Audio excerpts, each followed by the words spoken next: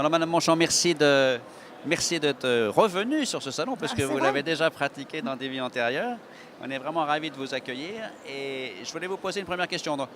Dans ce salon que vous connaissez, qu'est-ce qui vous a frappé cette année, là, dans votre visite de cette année? Qu'est-ce qui vous a paru intéressant ou significatif? Écoutez, merci de m'accueillir cette nouvelle fois. C'est vrai que je suis très, très adepte du salon.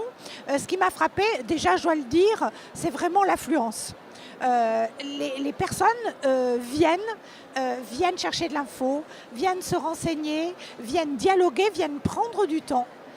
Et ça, c'est véritablement une caractéristique. C'est un salon populaire, me semble-t-il. L'autre chose, c'est l'extraordinaire diversité de l'offre. Parce qu'évidemment, il y a des réponses institutionnelles. On est passé avec Agnès Buzyn, la ministre des Solidarités et de la Santé, sur le stand de la CNAV, de la GIRC-ARCO. Là, ce sont des institutions.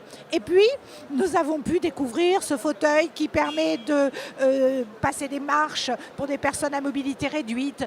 Encore cet aménagement du logement, donc des réponses extrêmement concrètes de la vie de tous les jours. Et c'est ça, cette force incroyable de montrer à quel point la question du vieillissement est un sujet de société complètement transversal. Absolument. Merci beaucoup.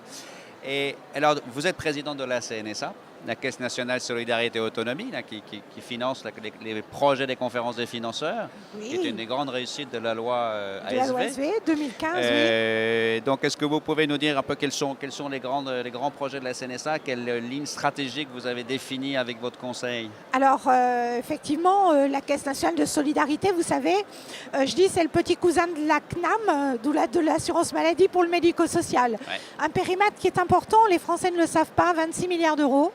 Ça veut donc dire que les Français financent 26 milliards d'euros pour la dépendance, avec la journée de solidarité, avec la contribution additionnelle Solidarité Autonomie, qui permet de financer l'APA à domicile. Et donc, vous me posez la question des orientations avec le Conseil. Je dirais qu'il y a deux grandes familles d'orientation. D'accord. La première famille, c'est accompagner la transformation de notre modèle de protection sociale. Les Français, nos compatriotes, veulent vivre chez eux. Ouais. Ils veulent pouvoir vieillir chez eux. Ce n'est pas toujours possible. Mais chaque fois que c'est possible, la société doit s'organiser pour le leur permettre.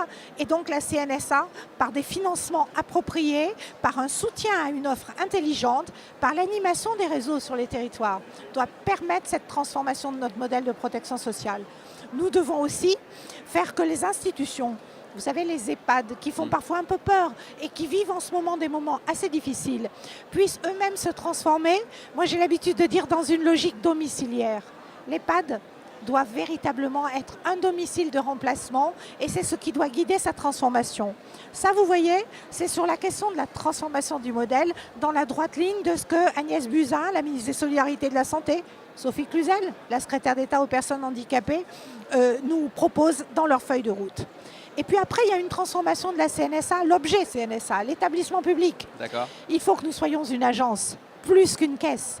D'accord. Nous le sommes déjà, le législateur nous permet de l'être. Mais nous devons changer nos méthodes pour être encore plus près des territoires, encore plus près de nos concitoyens et encore plus près des acteurs. Il faut qu'ils se fédèrent, il faut qu'ils travaillent en transversalité. Et c'est ça l'une de nos missions, que de permettre cette réussite. De ne pas être seulement financeur, mais d'être impulseur, je ne sais pas si le mot est correct. Animateur, c'est ça. Animateur d'idées nouvelles, d'idées qui souvent remontent. Cercle de réflexion. C'est cela, et puis aussi faire que ces innovations que le terrain nous apporte, que des créateurs, des start-upers, des personnels mettent en œuvre là où ils vivent, dans des territoires parfois complexes, puissent influencer la transformation de notre modèle de protection sociale.